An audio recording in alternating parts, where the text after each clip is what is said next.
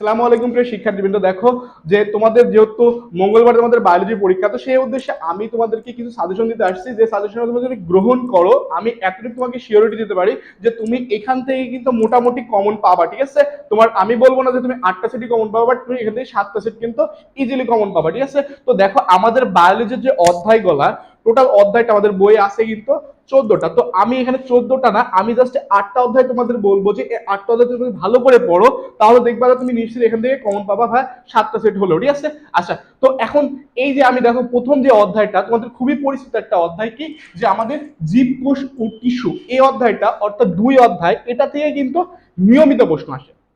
এটা থেকে কিন্তু তোমার নিয়মিত প্রশ্ন আসে, এবং এই প্রশ্নগুলা এখানে যে প্রশ্নগুলো সব থেকে বেশি করে সেটা কি তোমরা নিশ্চয় জানো যে এই অধ্যায়টা কিন্তু আমাদের 2টা অংশে বিভক্ত। একটা হলো তোমার কি জীবকোষ, আর একটা হলো টিস্যু। ঠিক আছে, এখন এই যে জীবকোষ, এই জীবকোষ থেকে যে প্রশ্নটা সব থেকে বেশি করে সেটা কি আমাদের ওই যে ক্লোরোপ্লাস্ট আছে না, ক্লোরোপ্লাস্টের গঠনটা লিখতে দেয়, এবং বলে যে মাইটোকন্ড্রিয়া যেটা থাকে এই মাইটোকন্ড্রিয়া গঠনটা লিখতে দেয় চিত্র সহকারে। ঠিক আছে, আচ্ছা তারপর এই যে আমাদের ওই টপিকগুলো তোমরা ভালো করে পড়ে, আর সাথে কিন্তু সেন্ট্রোজোম ওইটাও কিন্তু দিয়ে থাকে, তো ওইটা একটু মোটামুটি ভালো করে পড়ো। এবং দেখো টিস্যু, এই টিস্যুর যে অধ্যায়টা মানে টিস্যুর যে পার্টটা, সেই পার্টটাই কিন্তু আমাদের যে প্রশ্নগুলো সব থেকে বেশি করে সেটা কি প্যারেনকামা, তোমার কোলেনকামা, স্ক্লেরেনকামা, এইটা থেকে কিন্তু চিত্র সহকারে লিখতে দেয়, এবং এটা দুটার মানে এই তিনটার পার্থক্য করতে দেয়। ঠিক আছে, আচ্ছা তারপরে কি আছে যে তোমার এইখান থেকে যে মোটামুটি মনে করো যে তোমার ওই যে পেশি আছে না, তোমার পেশি, ঐচ্ছিক পেশি, অনৈচ্ছিক পেশি, হৃদপেশি, এইটা কিন্তু চিত্রটা খুবই গুরুত্বপূর্ণ। এই চিত্র তিনটা তুমি পড়ো, ইনশাল্লাহ তুমি ওইখান থেকে কিন্তু কমন পাওয়ার মতন একটা পসিবিলিটি আছে। ঠিক আছে, আচ্ছা তারপরে তোমার এই যে ট্রাকিড, ভেসেল, এইগুলোর থেকেও কিন্তু মোটামুটি কমন আসবে। ঠিক আছে, এবং ওই জিনিসগুলো তুমি একটু ভালো করে পড়ো। আচ্ছা তো এটা এটা আর একটা পার্ট আছে। যদি মনে করো যে তোমার প্রশ্নটা এমন হয়, বিশেষ করে যশোর বোর্ডের ক্ষেত্রে দেখা যায় যে এটা 2 অধ্যায়, এটা কিন্তু 2 অধ্যায়, এবং এটার সাথে মিল রাখে কিন্তু 10 অধ্যায়, যেটা আমাদের কি আছে যে নিউরন, নিউরনের যে গঠনটা, এই 2টা অধ্যায় মিলাই কিন্তু নিউরনের গঠনটা লিখতে দেয়। ঠিক আছে, এই 2টা অধ্যায় মিলায়, 2 অধ্যায় আর 10 অধ্যায় মিলায়। ঠিক আছে, আচ্ছা তারপরে দেখো আমাদের জীবনী শক্তি, এই জীবনী শক্তিটা কিন্তু অনেকটাই গুরুত্বপূর্ণ, অনেক অনেক অনেক গুরুত্বপূর্ণ। ঠিক আছে, এখানে আমাদের C3 চক্র, যে তোমার C3 চক্র এবং C4 চক্র, এটা কিন্তু এখান থেকে কিন্তু প্রশ্নগুলো হয়ে থাকে। ঠিক আছে, তারপর শোষণের যে পার্টটা আছে, এবং আমাদের যে 38 অণু যে এটিপিটা তৈরি হয় সেটার একটা শক আছে, ওই শকটা তোমার ভালো করে দেখো। ঠিক আছে, আচ্ছা তারপর কি আছে যে তোমার এই যে খাদ্য ও পুষ্টি, মানে খাদ্য পুষ্টি পরিপাক। ঠিক আছে, এই অধ্যায় থেকে যে প্রশ্নগুলো সব থেকে বেশি করে সেটা কি যে তোমার বিএমআই, বিএমআর, এটা কিন্তু বের করতে দেয়। ঠিক আছে, আচ্ছা তারপর কি যে তোমার খাদ্যের যে একটা খাদ্য মানে খাদ্যর যে তোমার যে এটা ছিল না, ওই যে যে পিরামিডটা, ওই পিরামিডটা কিন্তু দিয়ে থাকে। ঠিক আছে, আচ্ছা তো ওই বিষয়টা তুমি একটু ভালো করে দেখো।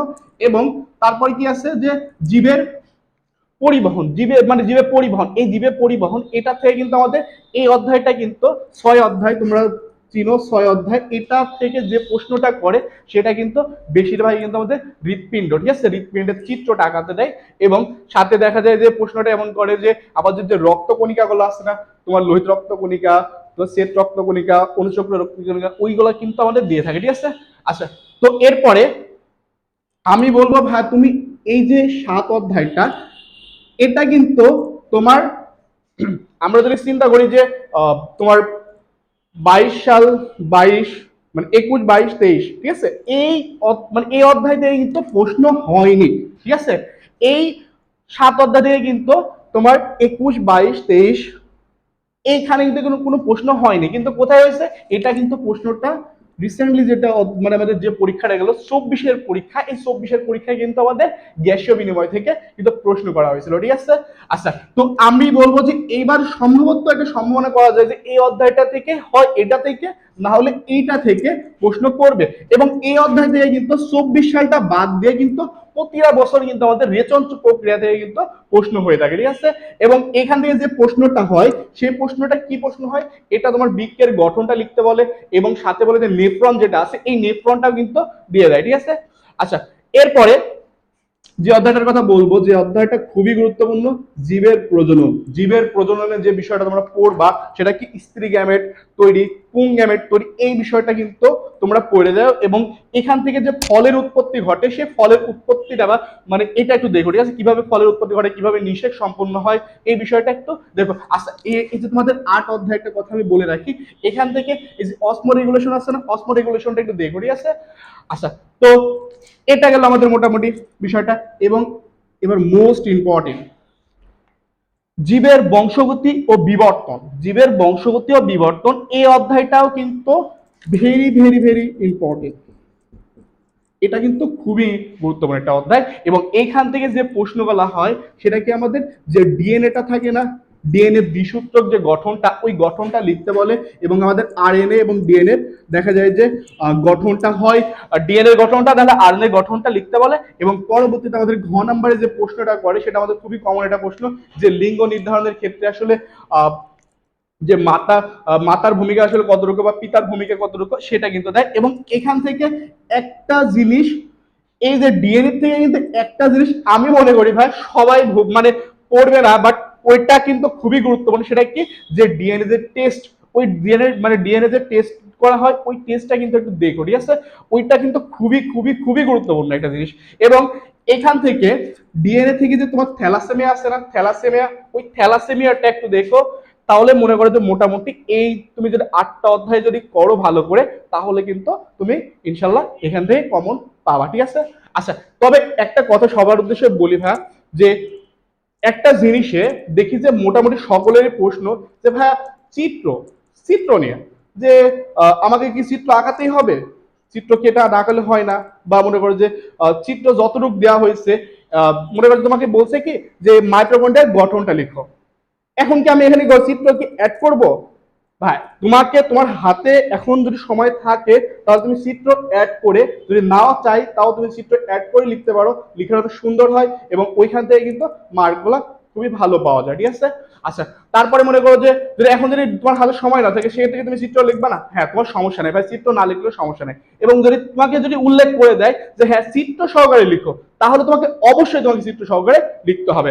এবং আরেকটা প্রশ্ন দেখি, দেখো ভাই আমাদের বায়োলজিটা কিন্তু সাধারণ তোমার মনে করো যে ম্যাথ বা তোমার ফিজিক্সের মতো কিন্তু না, ঠিক আছে।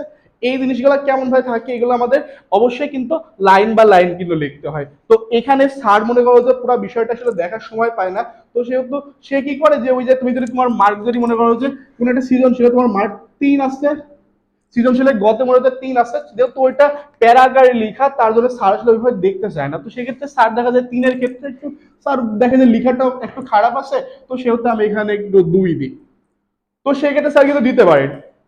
তো এখন তোমার এখান থেকে বাঁচার উপায়টা কি, আমি বলবো ভাই যেখানে তোমার পয়েন্ট করে লেখা সম্ভব সেখানে তুমি পয়েন্ট আকারে লিখো, যেখানে তোমার পয়েন্ট করে লেখা সম্ভব সেখানে তুমি পয়েন্ট আকারে লিখো বা স্টেপ বাই লিখো। আমি একজন একটা উদাহরণ বলি, মনে করো তোমার মাইটোকন্ড্রিয়া, এখন বলছে যে মাইটোকন্ড্রিয়ার গঠনটা তুমি চিত্র সহকারে লিখো, তো সেক্ষেত্রে তুমি অনেকে দেখা যায় যে এইভাবে মনে করো একদম লিখে যায়, লিখে লিখে লিখে লিখে লিখে ফাটাই দেয় একদম, ঠিক আছে। তো এই লিখে লিখে ফাটাই দেওয়ার ফলে স্যার ভাবে যে এটা লিখছে, পড়ার সময় থাকে না, স্যার দেখে যে লিখা খারাপ, যা 2 দিলাম, যা শর্ট, এরকম দিয়ে দেয়। তো সেক্ষেত্রে তুমি কি করতে পারো ভাই, এইভাবে না লিখে তুমি ভাই লিখতে পারো যে প্রথমে মনে হয় মাইটোকন্ড্রিয়া তুমি চিত্রটা আঁকালা, এবং ওই জায়গাটায় মনে করো যে তোমার এইভাবে স্তরটা লিখলা, লিখে দিলা যে এখানে কি আছে, মাইটোকন্ড্রিয়াটা দ্বিস্তর বিশিষ্ট, এবং তার প্রত্যেকটা মানে স্তরটা কি দিয়ে তৈরি, প্রোটিন ও লিপিড দিয়ে তৈরি, এভাবে লিখতে পারো। তারপরে আবার এখানে একটা দাগ দিয়ে তারপর আমরা নিচে শুরু করতে পারি ক্রিস্টি, ক্রিস্টি দিয়ে লিখলা, যে ক্রিস্টি আসলে কি, ক্রিস্টিটা আমাদের মাইটোকন্ড্রিয়ার অন্তঃস্তরে যে ভাঁজগুলো সৃষ্টি হয় সেই ভাঁজগুলোকে আমরা বলি কি ক্রিস্টি। এইভাবে যদি তুমি যদি লিখো ভাই তোমাকে 3-এ 3 দিতে স্যার বাধ্য, কারণ কি স্যার স্পষ্টভাবে কিন্তু পড়তে পারছে। সবার থেকে খাতাটা কিন্তু তোমার আলাদা হবে, অবশ্যই আলাদা হবে, ঠিক আছে। তো সেক্ষেত্রে তুমি এটা মানে এটা যদি করো তাহলে কিন্তু তোমার মার্ক কিন্তু ফুল মার্ক পাওয়ার সম্ভব বায়োলজিতে, ঠিক আছে। আচ্ছা, আরেকটা কথা তোমাদের মানে একটা মেসেজ দিয়ে রাখি, যে বায়োলজিতে তুমি এমসিকিউ গুলো অনেক বেশি করে দেখো, সবসময় চেষ্টা করবো তোমার 25টা যে এমসিকিউ থাকবে, 25টা এমসিকিউ তোমার 25টা না হলেও 24টা দিনে 24 কি 23টা এরকমের এর নিচে দিনে না যায়, এর নিচে দিনে না যায়।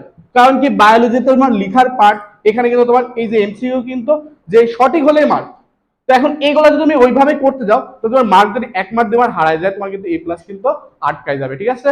তো এমসিকিউ গুলো ভালো করে দেখার চেষ্টা করো, এবং এই যে আমি 8টা অধ্যায় দাগায় রাখছি এই 8টা অধ্যায় সুন্দর করে পড়ো ভাই। আশা করি তোমরা আমার এই পুরো বিষয়টা তোমরা বুঝতে পেরেছো, এবং আজকের ক্লাস এই পর্যন্তই। খোদা হাফেজ।